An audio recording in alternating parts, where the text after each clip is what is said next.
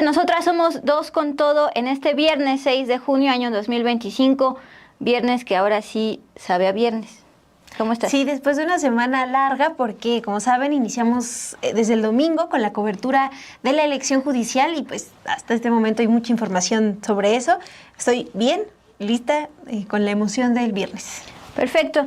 Bueno, pues el día de hoy, esta tarde-noche, esto está en proceso. Los integrantes de la CENTE, los profesores y profesoras, están retirando sus casas de campaña en el plantón del Zócalo de la Ciudad de México que mantuvieron durante 22 días, desde el 15 de mayo. Pero ojo, dicen que esto no es el fin de su lucha, sino que se van a regresar a sus estados para recabar fuerzas y continuar con ello. Incluso advirtieron a la presidenta Claudia Sheinbaum que van a estar en cada una de sus giras. Por ejemplo, hoy tuvo que cancelar su gira allá en Guerrero y se fue a Iztapaluca, Estado de México. En el contado, ¿qué traemos? Tenemos información sobre los perfiles que hasta el momento pues parecería que ya van a ocupar un cargo en el Poder Judicial. ¿Por qué digo parecería? Porque recuerden que es el 15 de junio cuando el INE comienza a entregar las constancias de validez, pero los cómputos que ya son públicos pues nos dejan ver quiénes ya están avanzando, quiénes se habrían colado a esta elección, a este nuevo Poder Judicial y que tienen pues acusaciones que cargan con acusaciones de hace varios años. Así es, por eso utilizamos el concepto colar, porque pues era una regeneración de un poder judicial, pero están estos personajes que nos trae Mon. Bueno, una breve pausa y arrancamos. Gracias por estar aquí.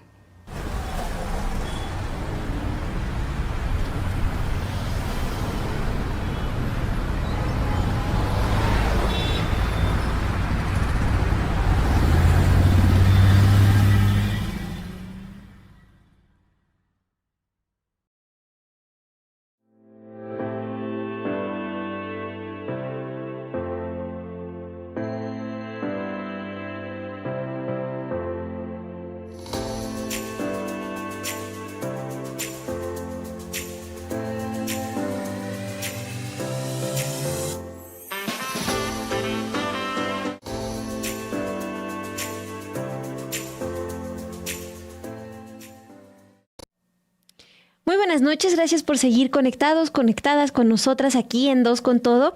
Gracias por dejar sus comentarios, que ya saben, vamos leyendo durante este programa, también por dejarnos sus me gusta, con los que llegamos a cada vez más personas. Vamos a arrancar, Rul, con la información de este viernes 6 de junio. Empecemos con algo de Donald Trump. Trump y su relación con Epstein. Hay que recordar que desde 1992 existe una grabación que muestra al ahora presidente Donald Trump en su casa Mar-a-Lago bailando sonriente, pero particularmente hablándole de cerca a Jeffrey Epstein, condenado por prostitución de menores de edad en una red que se ha dicho involucra personalidades de la política y el espectáculo. En esta grabación se escucha decir a Donald Trump: "Mírala ahí atrás", mientras señala a una mujer. Esta grabación fue realizada por la NBC para el programa de entrevistas A Closer Look. NBC News la volvió a publicar en 2019 mientras Trump era presidente y Epstein esperaba su juicio. En 2019, la Fiscalía de Estados Unidos, con sede en Manhattan, Nueva York, lo acusó de manera formal, llevándolo a ser arrestado el 6 de julio del mismo año por tráfico sexual y conspiración. Epstein era un financiero que vivía en Nueva York y Florida y que estaba a la espera de ser enjuiciado por un cargo de tráfico sexual y otro cargo de conspiración para tráfico sexual en 2019, cuando las autoridades informaron que se suicidó en su celda. Eso es lo que ha informado la autoridad estadounidense. La acusación en su caso alegaba que buscó a menores de edad, algunas, por ejemplo, de 14 años, desde al menos 2002 hasta 2005, y les pagó cientos de dólares en efectivo por sexo en su casa de Manhattan o en su finca en Palm Beach, Florida. Elon Musk esta semana escribió lo siguiente en su cuenta de X: "Es hora de lanzar la bomba. Trump está en los archivos de Epstein y esa es la verdadera razón por la que no se han hecho públicos. El empresario acusó al republicano de ser uno de los nombres que figuran en estas listas de Epstein, como se le conoce a los registros de vuelos, agendas de contactos y testimonios relacionados con el caso del financiero. Estos papeles, estas listas, fueron recolectadas durante las investigaciones por tráfico sexual y abuso de menores que llevaron al arresto de Epstein en 2019. Justamente el nombre de Trump figura entre los que aparecen en estos registros de vuelo del avión privado de Epstein. Trump voló en el jet privado de Epstein varias veces en la década de 1990, principalmente entre Palm Beach, Florida, y la ciudad de Nueva York, según lo que se publicó como prueba en el juicio de Ghislaine Maxwell, quien fue condenada por tráfico sexual por ayudar a Epstein a violentar a menores de edad, de acuerdo con lo que ha reportado Newsweek. Toda esta información es importante recordarla a raíz de estos señalamientos que hace esta semana el empresario Elon Musk, que ya oficialmente deja de trabajar en el gobierno de Donald Trump y que pone sobre la mesa la relación entre el empresario Epstein y Donald Trump. Con esta información que está recopilada por nuestra compañera Nancy Gómez, pues nos recuerda que Trump y Epstein sí eran cercanos y también tienen pues estos antecedentes de intercambiar elogios, de llevarse bastante bien. También Trump había sido fotografiado con Epstein en un evento en Mar-a-Lago en el 2000, junto con la futura, en ese entonces, primera dama Melania. Y después del arresto de Epstein, Trump, todavía presidente en esta primera gestión, se distanció y lo que dijo fue no me gustaba. Eso es lo que declaró en una conferencia de prensa en julio de 2019 y dijo en ese entonces: tuve una pelea con él hace mucho tiempo. Pues, Mon, varios apuntes. Primero, como siempre, leer sus comentarios. Gracias por compartir y acompañarnos esta noche. Dice Yogis Eli sobre este par Trump y esta persona que terminó muerta en la cárcel. Son de lo peor, muy ricos, pero de lo peor. También acá Gerardo Meléndez me ganó el comentario. Dice: recuerden que en su primera campaña, 2015, se sacaron videos y conversaciones de acoso sexual de Trump y descripciones denigrantes de sus contactos con mujeres. Ahí veíamos el video donde se alcanza a decir cómo califica a una mujer como que está hot, está caliente. Pero acuérdense del caso de Stormy Daniels, esta actriz porno que justamente tuvo que firmar un acuerdo de confidencialidad respecto a la relación que tuvo con Trump. Todo esto en vísperas de su campaña y de que quería ser presidente para el primer mandato 2017-2021. Bueno, pues ahí están los antecedentes de Trump y ahora estamos viendo eso. Segundo, Mon, el día de hoy tuvo un pequeño rebote el valor de acciones de Tesla. Ayer veíamos cómo, más allá de este intercambio de señalamientos en redes sociales y en encuentros con el canciller alemán, sí estaban en lo físico, en el mundo real, consecuencias. Elon Musk no dejó de ser el empresario más rico del mundo en la lista de Bloomberg, pero sí perdió $34 mil millones de un jalón, de unos tuitazos. Y ahorita ya tuvo un rebote la acción de Tesla. Ayer cayó 14%, pero ahorita está creciendo. Bueno, terminó la sesión de hoy en $295, 3.67 más que el día de ayer. Y esto es a la par de que ya le bajaron un poquito. Ya de plano Trump dice que no piensa en él. Y Musk dijo que ya no va a cancelar un proyecto que tenía con la NASA. Recuerden que una de sus empresas tiene que ver con exploraciones en el espacio, envío de cohetes y demás. Entonces ya le bajaron un poquito. Sí, y Dul, también una cosa que me parece importante destacar sobre Elon Musk, ahora exhibiendo esta relación entre Trump y un hombre también denunciado por violencia sexual. También no crean que Elon Musk está, como se dice, limpio, ¿no? Él también, a finales del año pasado, también medios estadounidenses reportaban que un grupo de ex empleados de Elon Musk, pues justamente lo denunciaron por abusos laborales por conducta sexista dentro de sus empresas. Entonces tampoco es como el héroe Musk denunciando en este momento. Sí, más allá de los supuestos señalamientos de que es adicto no solo a Twitter, sino a las drogas, también este tema de acoso sexual por parte del más rico del mundo. Bueno, continuamos con Agenda Trump, porque así como pues dijo que ya no piensa en Elon Musk, está pensando mucho en Associated Press. Ustedes conocen esta agencia estadounidense, tiene bastante poder y influencia en Estados Unidos, precisamente porque pues vende despachos a varios medios que se reproducen a nivel internacional. Pues tiene un capítulo Trump contra AP, contra esta agencia, y el día de hoy está ganando Donald Trump de momento. La Casa Blanca puede por ahora prohibir el acceso de periodistas de esta agencia de noticias Associated Press a ciertos eventos del presidente estadounidense, así lo dictaminó una corte de apelaciones. La agencia AP fue excluida en febrero del despacho Oval dentro de la Casa Blanca, donde da ruedas de prensa, por ejemplo, donde se despidió de Elon Musk exactamente hace una semana. Tampoco los reporteros de AP pueden cubrirlo en el avión presidencial, el famoso Air Force One, por negarse a publicar en sus despachos precisamente Golfo de América, como decidió renombrar Trump al Golfo de México. Hoy hubiera traído esa playera que nos regalaron.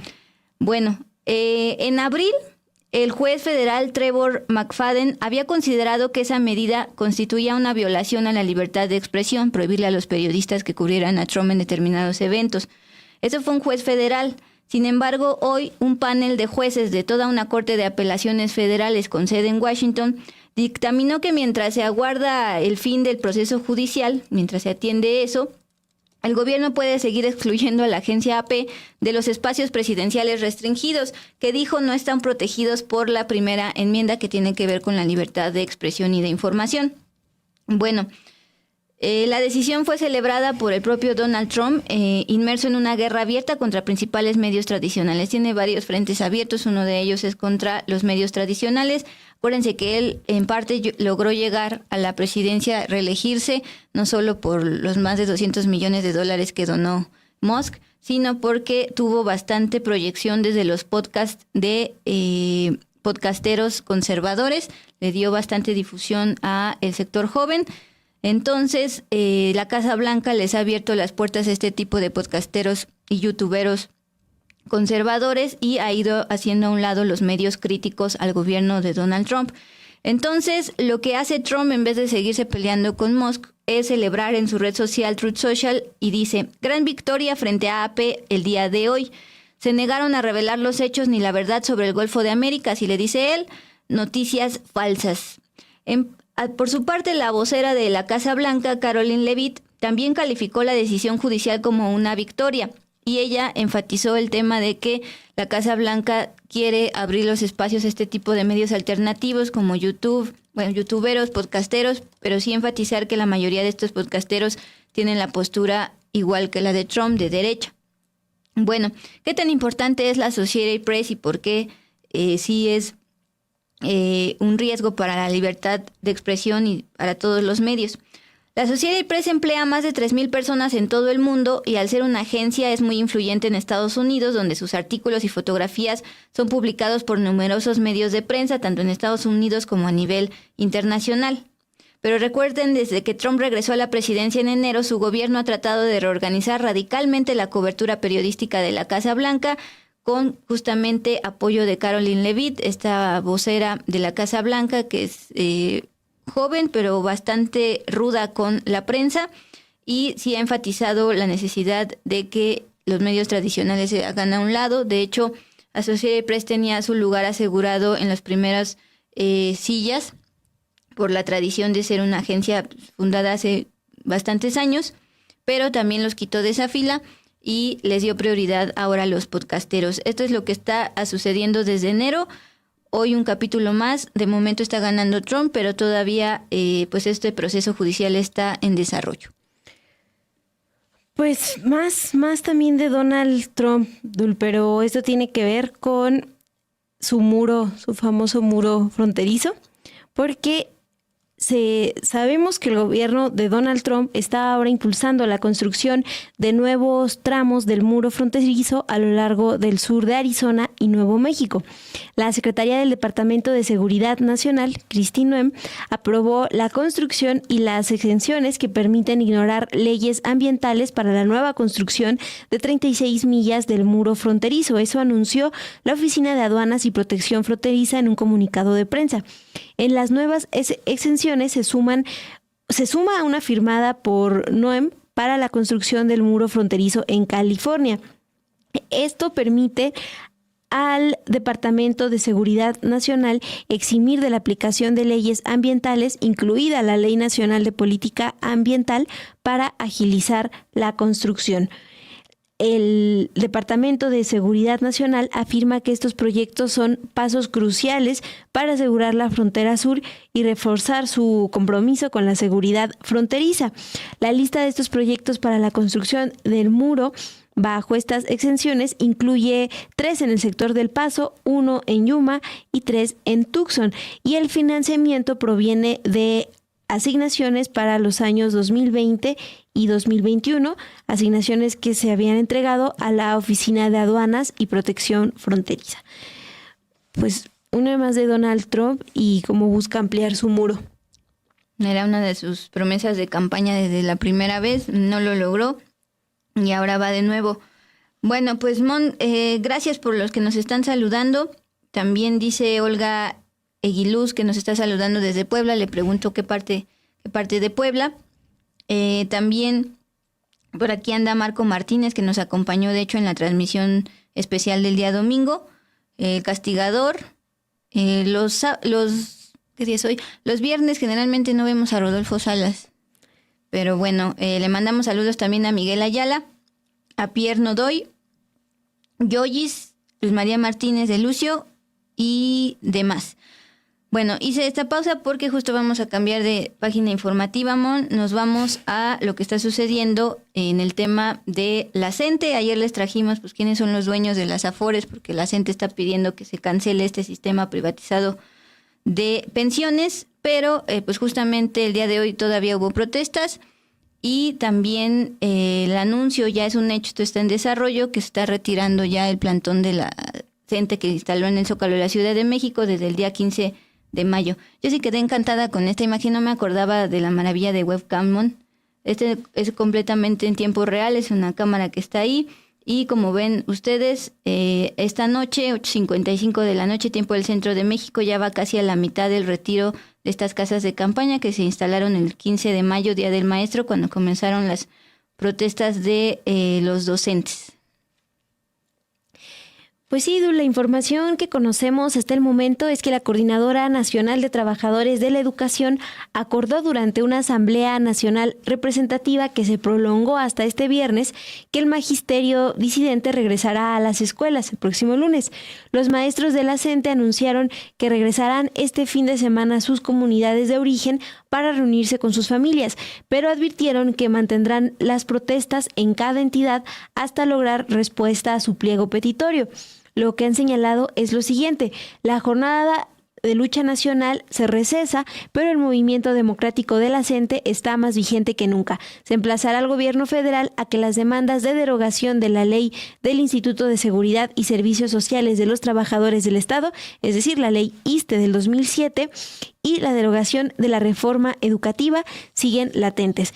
Por ello, para el lunes ya regresaremos a clases normales.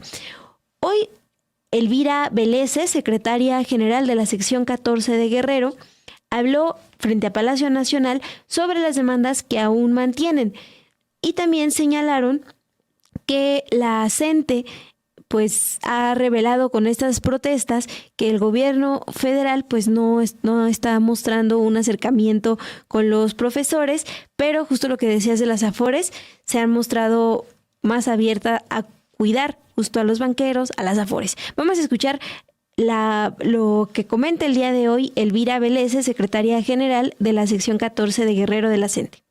Y efectivamente, como lo dice nuestra consigna, el paro es culpa del Estado, compañeras y compañeros, porque mientras en el discurso se llenan la boca diciendo que están con el pueblo y con sus acciones lo traicionan. Estamos diciendo aquí, compañeras y compañeros, que si no hay justicia para el pueblo, que no haya paz para el gobierno. Porque si ellos no resuelven, compañeras y compañeros, tendrá que ser este magisterio movilizado quien tendrá que poner, imponer y además la resistencia en las calles, compañeras y compañeros. Por eso les decimos que no vamos a claudicar, que en los 5 puntos que quedaron nulificados, que quedaron ineficientes y que este gobierno tendrá que dar una postura diferente a este magisterio movilizado, que a lo largo y ancho del país está la efervescencia de compañeras y compañeros que por más de 18 años están en un estado de excepción por una jubilación indigna. Por eso, compañeras y compañeros, no vamos a claudicar y estamos en demanda de nuestros 2 puntos centrales: abrogación a la ley del ISSSTE del 2007 y abrogación a la nefasta reforma educativa Peña-AMLO. Por eso les decimos que no vamos a claudicar y también especificar que no venimos por una semana de vacaciones, incluso no estamos anteponiendo el incremento salarial del raquítico 9%, que se dice que es más que de lo que corresponde. Nosotros decimos que ni siquiera eso es suficiente, pero no lo estamos anteponiendo porque no nos bajamos de nuestra demanda central. No nos van a desvirtuar y no nos van a desviar cuando quieren poner la atención de que supuestamente hay violencia. Violencia estructural es la que ellos hablan cuando no señalan sobre todo la jubilación, cuando no ponen atención a este magisterio. Eso es violencia. Cuando quieren desvirtuar y llamar la atención sobre una pared rayada, sobre una puerta, sobre una ventana. Eso no es la indignación del magisterio que están mostrando. La indignación del magisterio que muestra en las calles es que no se da la atención, que no están volteando a ver al magisterio y que este gobierno en el discurso maneja algo distinto. Dicen que son del pueblo. El magisterio es del pueblo. Dicen en las promesas de campaña para ganar votos que van a abrogar esta ley del ISSSTE, pero resulta que cuando están en el poder nos damos cuenta que dicen que ya no pueden. También dicen que iban a abrogar la reforma educativa, que iban a desaparecer la UCICAM y resulta que ahora también en el hecho hacen una consulta simulada en el séptimo Consejo Técnico Escolar, una simulación, y según eso es llamar al magisterio movilizado, llamar al magisterio que está en las escuelas y decirles que ya se les consultó. Estamos hablando de una reforma de fondo, reforma al artículo 3º, 73, a la Ley General de Educación. No estamos poniendo parches, no estamos haciendo simulación y este gobierno tendrá que definir su postura ante este magisterio movilizado, si está con el pueblo o está con los banqueros. Tendrá que definirlo si es que quiere seguir gobernando con las reformas estructurales que alguna vez se manifestó. Ahora se queja de que los compañeros y compañeras la indignación la muestren sobre una pared, sobre una puerta. La indignación, y ellos en su momento cuando bloquearon reforma, ¿qué fue lo que hicieron? ¿Bloquearon en las banquetas? ¿Estuvieron en dónde? Entonces, decirles, compañeras y compañeros, que no dejemos que se desvirtúe este movimiento. Pedirles a los medios de comunicación que no se desvíe la atención, que la atención tiene que ser bajo la demanda que nosotros tenemos, que es la abrogación a estas nefastas 2 reformas. Eso es lo que nos tiene acá, y decirle puntualmente que no aceptamos ninguno de los 5 puntos que nos ofrecen porque no retoman las necesidades que nosotros tenemos como magisterio movilizado. Bueno, eso fue por la tarde, una rueda de prensa de este viernes 6 de junio. Ya por la tarde-noche estamos viendo cómo se están retirando pues las casas de campaña instaladas hace más de 20 días, hace 22 días, pero precisamente como escuchamos y como dijo Mon, esto no implica que terminen su lucha y su petición al gobierno federal de que cancele la ley del ISSSTE del 2007. Van a regresar a sus estados, pero ojo con la advertencia que lanza hoy también la CENTE a la presidenta Claudia Sheinbaum. Le dice Pedro Hernández, líder de la sección 9 de la CENTE, frente a Palacio Nacional.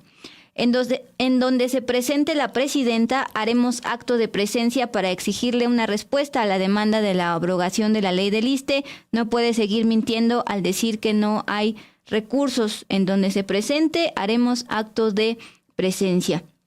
De hecho, hoy tenía agendado inaugurar allá en Tlapa Guerrero una obra pública. No se pudo, la decidió cancelar para evitar la provocación, ella misma dijo, y se fue al Estado de México. Antes de ir a lo que sucedió en el Estado de México, hoy mismo también hubo movilizaciones por parte de integrantes de la CENTE, particularmente de la CETEG, y así como hemos visto cómo incendiaron la fotografía del líder sindical, el líder charro del SNT, el día de hoy rompieron vidrios de la famosa torre de la Secretaría de Bienestar. La CEGOP volvió a condenar, así como condenó el día de ayer el incendio de este edificio de el CENTE con S. Dice que así no van a lograr sus peticiones. Pero bueno, por ahora a nivel visual ya no estará el plantón, ya no habrá bloqueos viales de momento, pero el día de mañana a las 9 de la mañana los dirigentes del magisterio van a dar un mensaje para pues dar luz de lo que sigue en su estrategia de lucha. Bueno, les decía que el día de hoy la presidenta Claudia Sheinbaum no pudo ir a Guerrero, fue a Iztapaluca, Estado de México, estuvo acompañada de la gobernadora del Estado de México, Delfina Gómez, y su agenda fue para iniciar el programa llamado Salud Casa por Casa. Ustedes saben que se ha anunciado como un programa de visitas médicas domiciliarias para personas adultas mayores y con discapacidad para diagnosticarlos de alguna enfermedad y darles seguimiento. Sin embargo, en lo que se trasladaba, digamos, a el evento, fue interceptada por personal médico. De manera pacífica le pidieron y le exigieron que ya se combata el desabasto de medicamentos, el desabasto de insumos médicos. Una y otra vez el personal médico de diferentes sedes y de diferentes estados de la República han dicho que no hay insumo médico suficiente, no hay agujas y demás, entonces ellos mismos lo tienen que comprar para poder ofrecer el servicio de salud a la población. Esto lo pusieron sobre la mesa, se lo dicen hoy a la presidenta Claudia Sheinbaum. Ella lo reconoce y mientras estaba dando ya el anuncio de este programa de salud casa por casa, le siguieron gritando. Ahí se escucha en la transmisión en vivo cómo le siguen gritando sobre este tema y ella les contesta que ya lo habían abordado y que todo comenzó por el tema de la pausa a la licitación de compra consolidada de medicamentos y de insumos médicos 2025-2026. Acuérdense que detectaron el intento de un sobreprecio con 175 claves, lo frenaron este acto de corrupción, pero eso, digamos, atrasó la entrega de medicamentos y de insumos. Bueno, ustedes saben perfectamente que el desabasto de medicinas lleva años, pero en este caso es particularmente por eso. Acuérdense que hemos hablado sobre Birmex, el laboratorio Birmex que está señalado de actos de corrupción. De hecho, se corrieron varios directivos de Birmex a partir de este intento de sobreprecio que se frenó. Iba a ser un daño de 13,000 millones de pesos, no se logró. Pero también les presentamos cómo desde la compra consolidada de medicamentos de 2023-2024 también se detectaron actos de corrupción. En ese entonces, la Auditoría Superior de la Federación dictaminó un daño de más de 39 millones de pesos por un contrato irregular con la empresa Neuronic mexicana.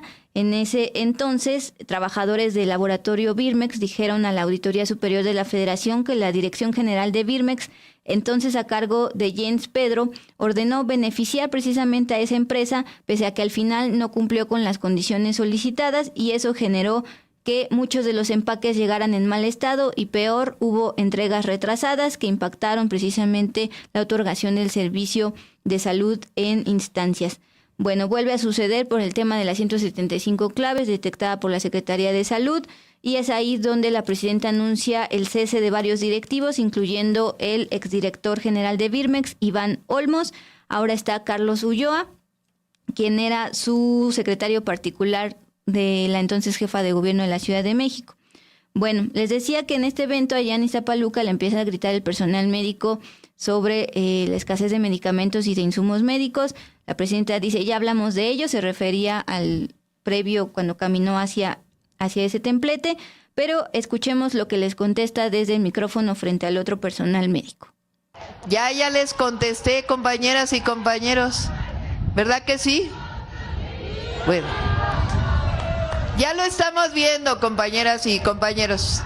A ver si me van a escuchar o no allá los compañeros que quieren base, ¿me van a escuchar o no?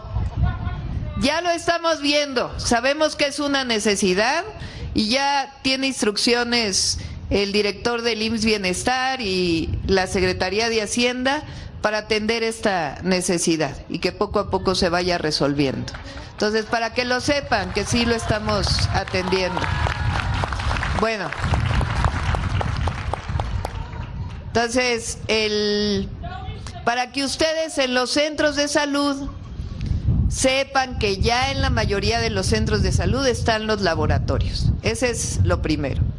Bueno, al mismo tiempo estamos completando todas las necesidades de personal de salud en los centros de salud y en los hospitales y resolviendo el tema de los medicamentos, que ha tenido sus complicaciones porque no quisimos que hubiera ninguna corrupción y en la primera licitación pues alguien se quiso pasar de vivo, afortunadamente nos dimos cuenta, suspendimos la licitación e iniciamos una nueva y eso pues generó algunos retrasos, pero ya afortunadamente ya se está atendiendo y ya lo están resolviendo nuestros compañeros desde Birmex hasta todo el personal de salud y a eso vinimos aquí para ver el problema entre otros de los medicamentos.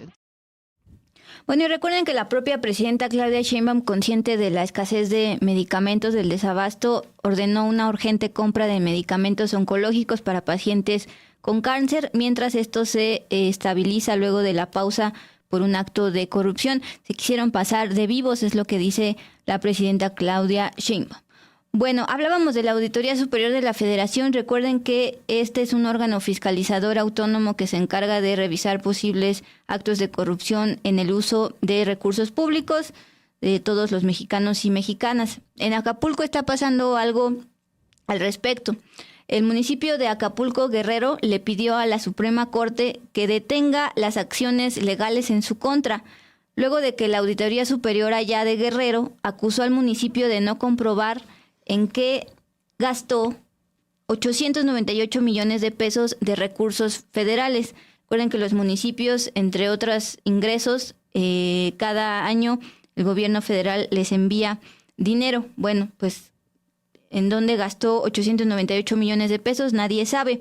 Estos casi 900 millones de pesos fueron canalizados desde el Fondo de Aportaciones para la Infraestructura Social de los municipios, es decir, en teoría se debió haber destinado este dinero en infraestructura social en un municipio afectado por varios huracanes, ustedes recordarán. Bueno, esta auditoría de Guerrero hizo requerimientos de información al ayuntamiento desde abril, mismos que no fueron solventados.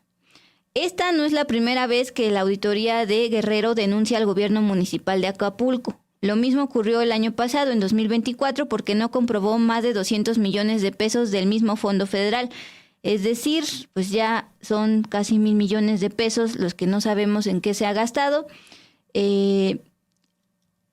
Miguel Jaime Ramos, que es síndico municipal, promovió esta controversia constitucional contra la auditoría, es decir, en vez de decir en qué se están gastando este dinero, acusó a la Auditoría Superior Local de sobrepasar sus tareas porque está auditando recursos federales y no recursos municipales.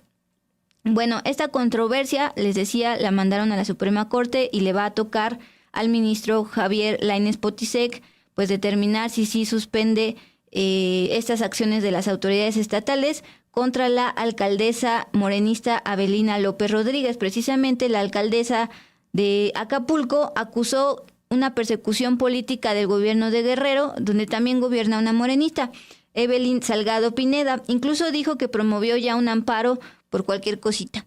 Entonces ahí está, ¿dónde están esos 900 millones de pesos? ¿Dónde están esos otros 200 millones de pesos de un fondo federal? en un municipio, Acapulco, afectado por el tema de los huracanes. En fin, vámonos a una breve pausa y volvemos con el Con Todo. Mon nos trajo estos perfiles sucios que lograron colarse al nuevo Poder Judicial.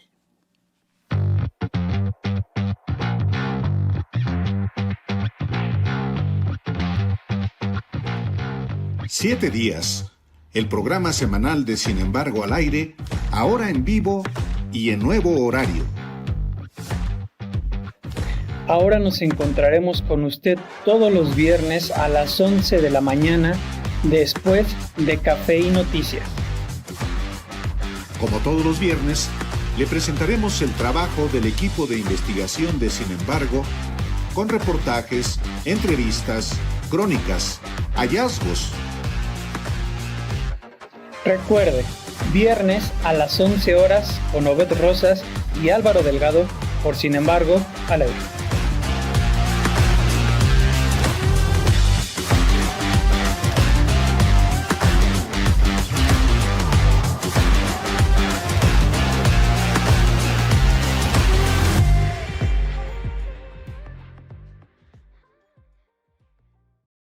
Personas identificadas por obstaculizar el acceso a la justicia, también con antecedentes de denuncias por violencia sexual, así como por su cercanía con gobiernos de distintos partidos, se acercan cada vez más a ocupar cargos en el Poder Judicial. Esto de acuerdo con los cómputos distritales de la elección judicial que han sido transparentados por el INE. Les contamos más en este Con Todo.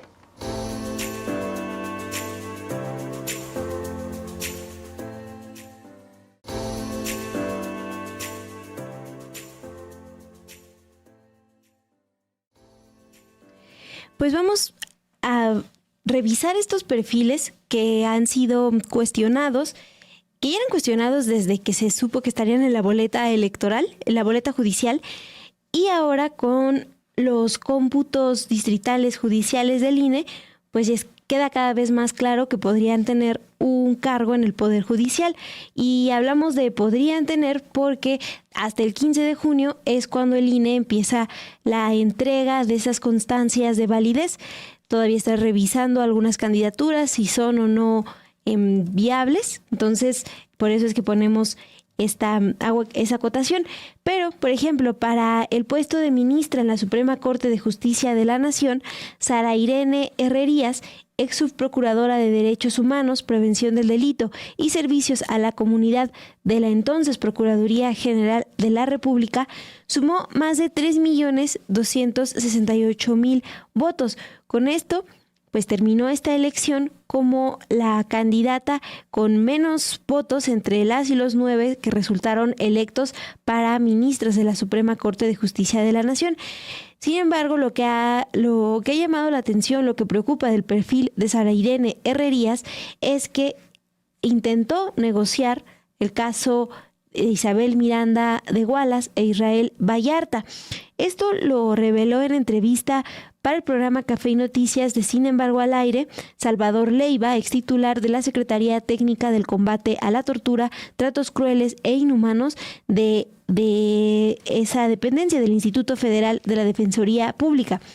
Lo que él planteó es que Sara Irene Herrerías intentó negociar con el caso Wallace con Israel Vallarta a cambio de que el Instituto Federal de la Defensoría Pública ya no denunciara ningún otro caso de tortura y otras violaciones a derechos humanos por parte de funcionarios. De igual forma, esta funcionaria que compitió en la boleta electoral avalada por los comités de evaluación del Poder Legislativo y el Poder Ejecutivo ha sido señalada por obstaculizar investigaciones durante los últimos tres sexenios en los que ha tenido cargos. Eso es lo que señaló esta semana Salvador Leiva, quien antes era extitular de la Secretaría Técnica del Combate a la Tortura en este Instituto Federal de Defensoría Pública. No son menores los señalamientos que pesan sobre Sara Irene Herrerías, pero no es el único perfil que llama la atención. Está también el caso en Chihuahua de la jueza Hortensia García Rodríguez. Ella se perfila para ocupar una magistratura penal en el Supremo Tribunal de Justicia Estatal y ha sido conocida principalmente porque en el 2024, después de las elecciones, ordenó la liberación del exgobernador César Duarte sin que se realizara una audiencia formal para el cambio de la medida cautelar. Esta audiencia se celebró posteriormente cuando César Duarte, el exgobernador, ya se encontraba en libertad. Y en 2021, la misma jueza ordenó la detención de Francisco González Arredondo, exfiscal de la Operación Justicia para Chihuahua, responsable de llevar a proceso tanto a Duarte como a la entonces candidata de Partido Acción Nacional, María Eugenia Campos, por presuntos actos de corrupción. Ahora María Eugenia Campos pues ya es gobernadora del PAN, pero está este perfil de la jueza Hortensia García, quien se perfila ya para ocupar una magistratura en el Supremo Tribunal de Justicia de Chihuahua. Hay también otros perfiles que llaman la atención. Entre esas personas que podrían ocupar magistraturas de tribunales colegiados está Francisco Martín Hernández Zaragoza, en Jalisco. Él compitió en esta elección para ser magistrado de circuito en materia penal en el Distrito Judicial 1. Para este cargo solo se elegirá a una persona, pero lo que llama la atención de este perfil es que fue denunciado en septiembre del 2013 por una trabajadora del Juzgado Sexto Penal de Puente Grande, del cual era titular, y lo denunció por acoso sexual. De acuerdo con esta denuncia, el juzgador comenzó a violentar a esta trabajadora desde que fue adscrito al juzgado en 2011, y este juez fue destituido en 2015 por el Consejo de la Judicatura Federal. Fue destituido con estas acusaciones de violencia sexual y ahora pues aparece en la boleta para ser magistrado en materia penal en Jalisco. Sí, enfatizar que los cómputos distritales siguen en desarrollo, es lo que dices, o sea, todavía no es definitivo si va o no por el tema de que hay ciertos lugares, pero se perfila para llegar a esta magistratura ya en Jalisco. Así es, sí, qué bueno que haces esta acotación porque hasta el momento se han computado el 90% de las actas para estos tribunales colegiados y este candidato Francisco Martín Hernández está, por ejemplo, en segundo lugar entre los candidatos hombres con más de 24,000 votos. Entonces está en segundo lugar de candidatos hombres, pero su perfil pues sí fue cuestionado desde que se anunció que buscaría un cargo en el Poder Judicial y es parte de los perfiles que fueron aprobados por el Comité de Evaluación del Poder Legislativo. Ahora, en la Ciudad de México también destaca el caso de Edgar Rodríguez Beiza. Él ocupa el segundo lugar entre dos candidatos a magistrados penales con más de 9,000 votos y, les repito, con el 90% de las actas contabilizadas. Su candidatura también fue aprobada por el Comité del Poder Judicial y ha sido cuestionado porque tiene como antecedente una denuncia por abuso sexual que hizo en su contra una alumna del Centro de Estudios Superiores de Ciencias Jurídicas y Criminológicas en 2017. Medios como Animal Político han reportado que después de 2 años e intimidaciones a la estudiante, el caso cerró con un procedimiento abreviado, por lo que Rodríguez Beiza no fue sentenciado. Pero algo también que llama la atención es que en ese mismo año, en 2017, se difundió un video que muestra el momento en el que este entonces juez de la Ciudad de México rompió el tapiz de una silla del Tribunal Superior de Justicia de la Ciudad de México durante una audiencia y por esta acción también fue suspendido durante 3 meses. Más adelante, en 2021, el medio Proceso exhibió a este entonces juez, les repito el apellido, Rodríguez Beiza, por un intento de censura, porque le solicitó a la Fiscalía, a través de la Fiscalía local, a la Fiscalía de la Ciudad de México, que eliminara información relacionada con una precandidata del PAN. Por eso se habló en ese entonces de un intento de censura. Y a eso se suman otras acusaciones también que se encuentran en notas periodísticas. Por ejemplo, el caso de una abogada que en 2023 pidió que el juez Rodríguez Beiza pues no tomara el caso de la mujer, a la mujer que estaba representando, que estaba denunciando una violación sexual, justo porque tenían miedo de que ya tenía un antecedente de ser conocido como misógino. Entonces estaba pidiendo esta abogada, que el juez se separara de un caso en 2023, aquí en la Ciudad de México por violación sexual. Voy a pausar un poquito para que vayamos digiriendo todo esto, porque son varios nombres y son varios trapitos sucios. 1. Catalina Alarcón pregunta sobre el primer caso, la que va a ser ministra a pesar de que frenó investigaciones sobre tortura y que se presenta como defensora de derechos humanos. ¿Cómo logró colarse Herrerías? ¿Cómo el pueblo votó por ella? Si el pueblo es sabio, hay que ver cómo llegó esa favorita de Calderón. Pues fue uno de los nombres que estuvo circulando en los famosos acordeones para ministros. Salía, por ejemplo, al lado de Lenia Batres, de Loreta Ortiz, de María Estela Ríos González y de Yasmín Esquivel. Todas las 4 sí quedaron, y además están viendo ahí número 16, Sara Irene Herrerías Guerra. Su currículum, como el de todos los candidatos, estaba en Conóceles del INE. Muy bien leer que es defensora de derechos humanos, estuvo en una conferencia matutina del Palacio Nacional, bla, bla, bla.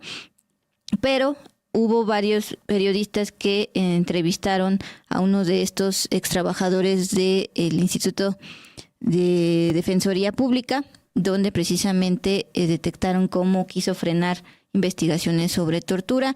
Se entrevistó este año, y hace unos días también aquí en Café y Noticias entrevistaron a este extrabajador. Sí, a Salvador Leiva, y justamente él cuestionaba en esta entrevista que da Café y Noticias el respaldo que ha tenido a lo largo de distintos sexenios esta mujer. Entonces, pues lo que es poder transaccional. Sí, ¿cierto? sí, es lo que él cuestionaba, por qué, ¿no? Y justo hablaba de que es conocida, eso lo dijo en esta entrevista, es conocida por su mal trabajo, así es conocida entre las organizaciones de la sociedad civil, pero lo que él planteaba es, pues tal vez por eso también está siendo respaldada por distintos gobiernos, porque pues frena, obstaculiza el avance en investigaciones relacionadas con violaciones a derechos humanos.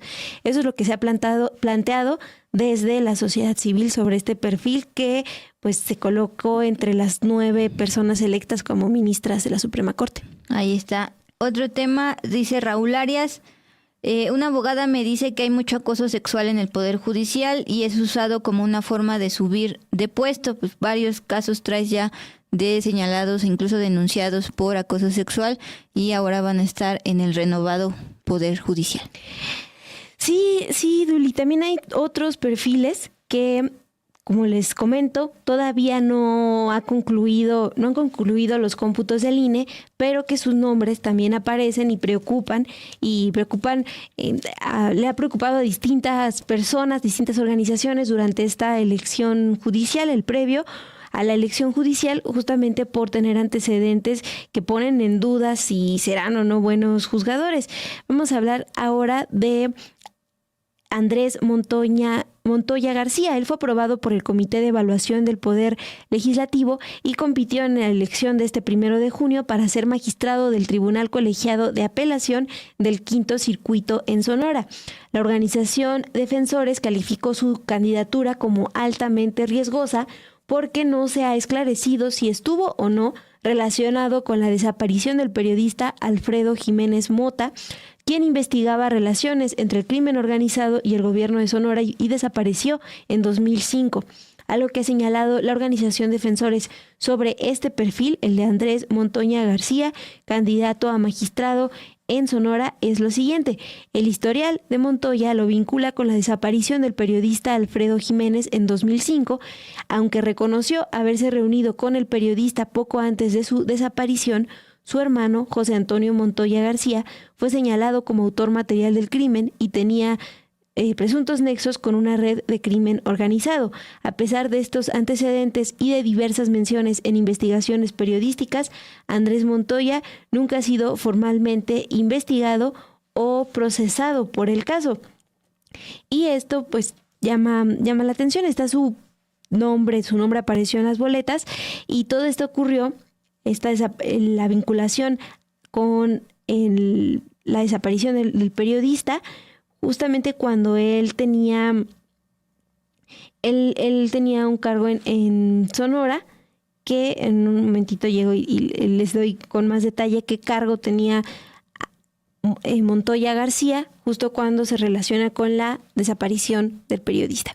Ya, bueno, ahora vemos su nombre en esta boleta y sí ha sumado votos. Sí, tenía más de 20,000 votos con el 84% de las actas computadas. Bueno, ahí está ese perfil.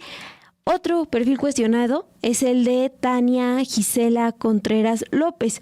Ella compitió en esta elección por ser magistrada del Pleno del Supremo Tribunal de Justicia de Tamaulipas.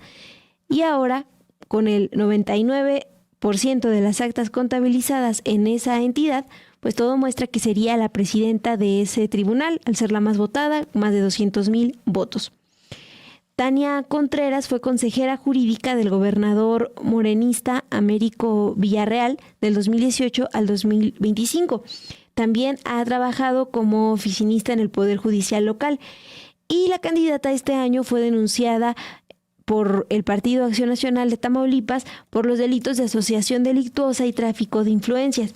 Esto después de que medios como El Universal, particularmente en una columna de Héctor de Mauleón y Código Magenta, expusieron que esta exfuncionaria estaría relacionada con una red de corrupción y huachicol que también involucraría a su cuñado. Esto es lo que expusieron tanto estos medios, El Universal, Código Magenta, incluso esta organización Defensores, sobre el perfil de Tania Contreras.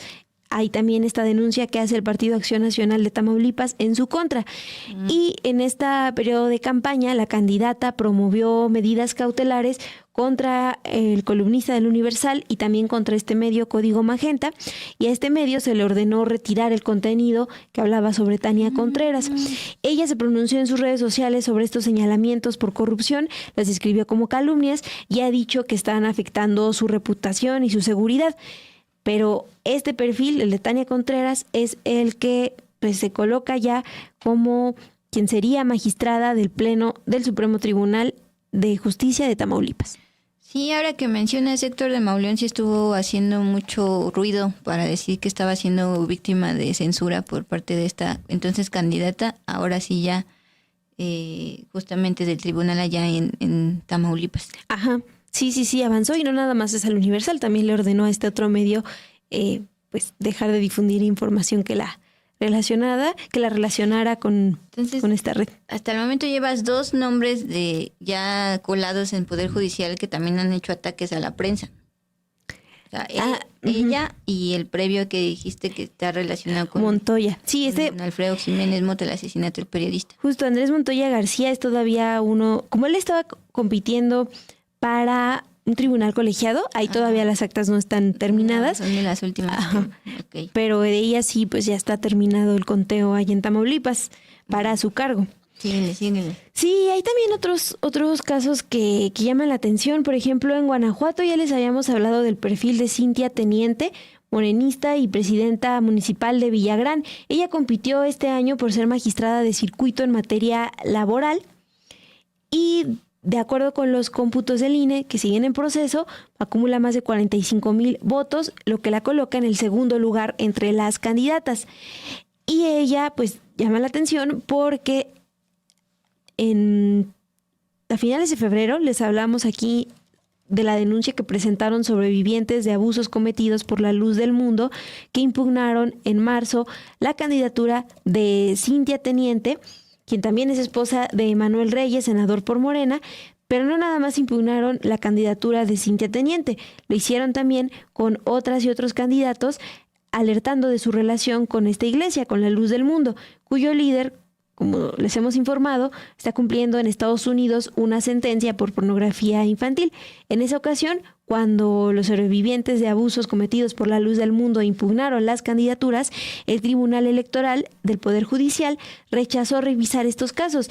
Argumentó que el proceso para definir si una candidatura era idónea o no ya había concluido, entonces avanzaron y por eso están en la boleta, y ahora vemos a Cintia Teniente Mendoza, morenista, en el segundo lugar entre las candidatas para ser magistrada de circuito en materia laboral en Guanajuato. Ana G. estaba preguntando justamente si se colaron integrantes de la Luz del Mundo luego que les habíamos expuesto que venían tanto de Jalisco como de Guanajuato, al menos de Guanajuato, porque Ana G. es de Jalisco, pero de Guanajuato sí se coló. Sí, y destaqué particularmente este caso porque ella está más cerca de estas candidaturas a que podrían sí tener un cargo ya en el Poder Judicial. Está en el segundo lugar, es el segundo lugar entre las candidatas. Y además actualmente tiene un poder, es alcaldesa de Villagrán en Guanajuato, cercana totalmente a la Luz del Mundo, y ahora, como nos habían advertido las víctimas de la Luz del Mundo, pues estaban buscando hacer su red precisamente en el nuevo Poder Judicial para seguir teniendo impunidad. Pues sí, eso es lo que denunciaron estas personas sobrevivientes. Vamos a ver si se hace oficial o no. Primero si avanza, ¿no? Y si sí, pues a cuántas candidatos el INE ya les hace oficial sus puestos.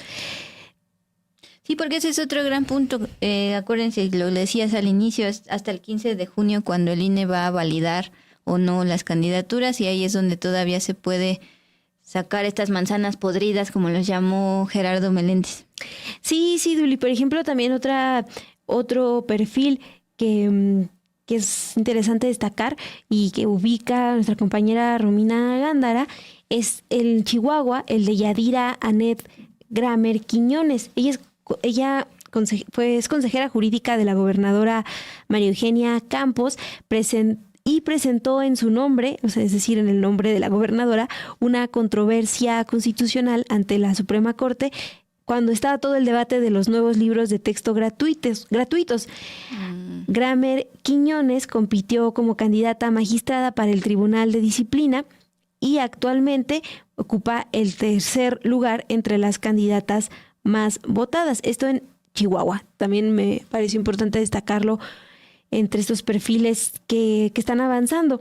Y sí, actualmente el INE se encuentra en proceso de validar la elección judicial.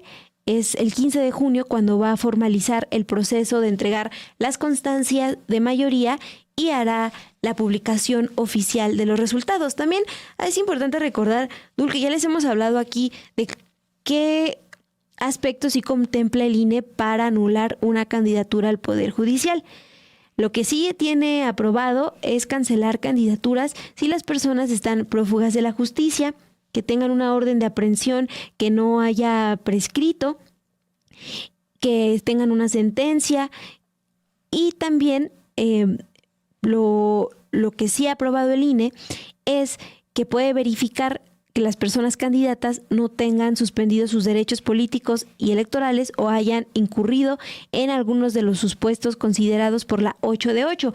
¿Qué es la 8 de 8? Este procedimiento donde se identifica si las personas candidatas han ejercido algún tipo de violencia de género, que incluye 8 tipos: la comisión intencional de delitos contra la vida y la integridad corporal, contra la libertad y seguridad sexuales, cuando afecte el normal desarrollo psicosexual, violencia familiar, violencia doméstica, violencia a la intimidad sexual, violencia política o ser declarada como persona deudora alimentaria. Esos son los casos que sí puede analizar el INE y que se podrían plantear para dar de baja una candidatura, para impedir que avance ya con un cargo oficial. Hasta ayer, 5 de junio, el Consejo General del INE informó que había recibido 38 formularios de información de la ciudadanía y organizaciones sobre candidaturas que cometieron violencia política en razón de género. De acuerdo con la consejera electoral Carla Humphrey, 13 de ellos cuentan con avances. Y lo que se informó también es que se han girado 26 oficios de requerimiento a distintas autoridades y se han dado el INE 16 garantías de audiencia. Se encuentran también varios casos analizados que se denunciaron entre el 1 y el 3 de junio. Esa es la información que dio a conocer el día de ayer, 5 de junio, el INE sobre los casos que se están analizando, particularmente sobre violencia política en razón de género, que también es una de las cuestiones que podrían llevar a anular una candidatura. Sí, imagínate estar en el Poder Judicial y deberle a tus hijos ese ser deudor alimenticio. Exacto.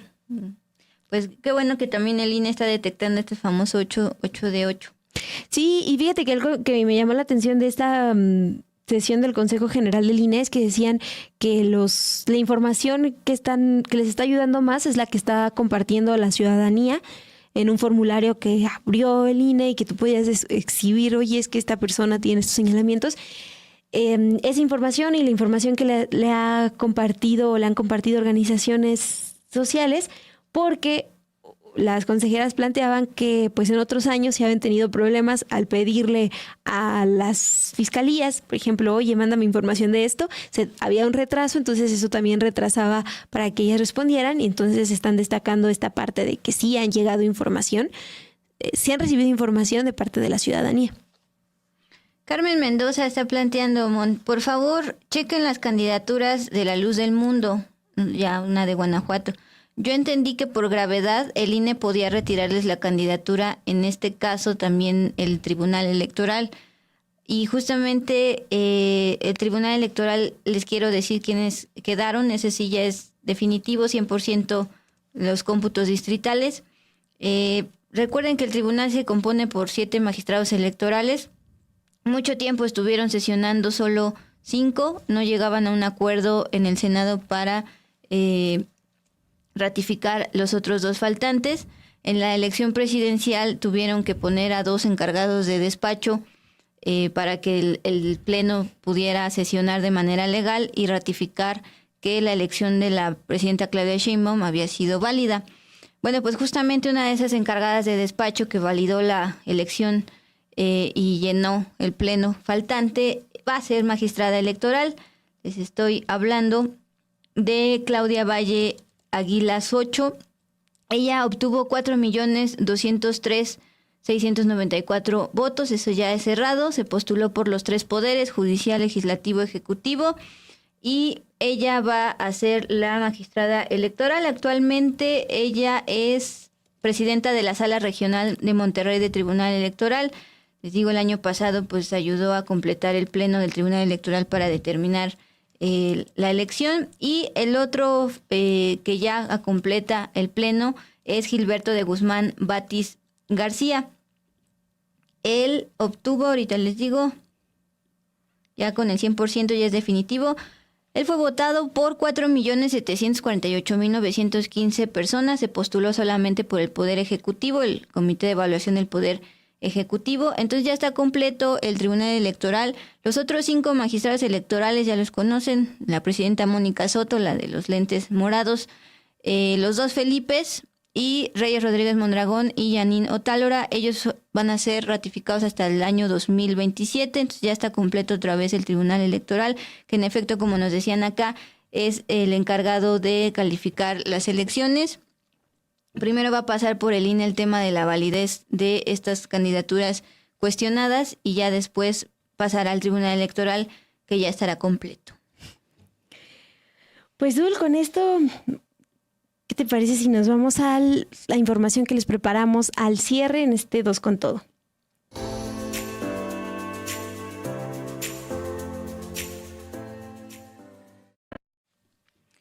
Bueno, nos vamos a despedir con 2 temas de seguridad. Recuerden que el tema del huachicol sigue presente y, entre otras cosas, además de generar un daño a petróleos mexicanos, también puede provocar accidentes. Ustedes recuerden que lo que sucedió en un municipio de Hidalgo a inicios del gobierno del presidente López Obrador, durante un intento de robo de combustible, pues se salió de control y hubo un incendio provocando la muerte de varias personas allá en ese municipio huachicolero de Hidalgo. Bueno, también hay municipios huachicoleros en el Estado de México. Uno de ellos es Otumba, un municipio que está muy cerca a las pirámides de Teotihuacán y pues justamente hubo 6 muertos. La Fiscalía General del Estado de México confirmó este viernes la muerte de 6 personas tras el colapso de un túnel clandestino que era usado para transportar precisamente combustible robado. Estaba muy cerca ahí un ducto de Pemex.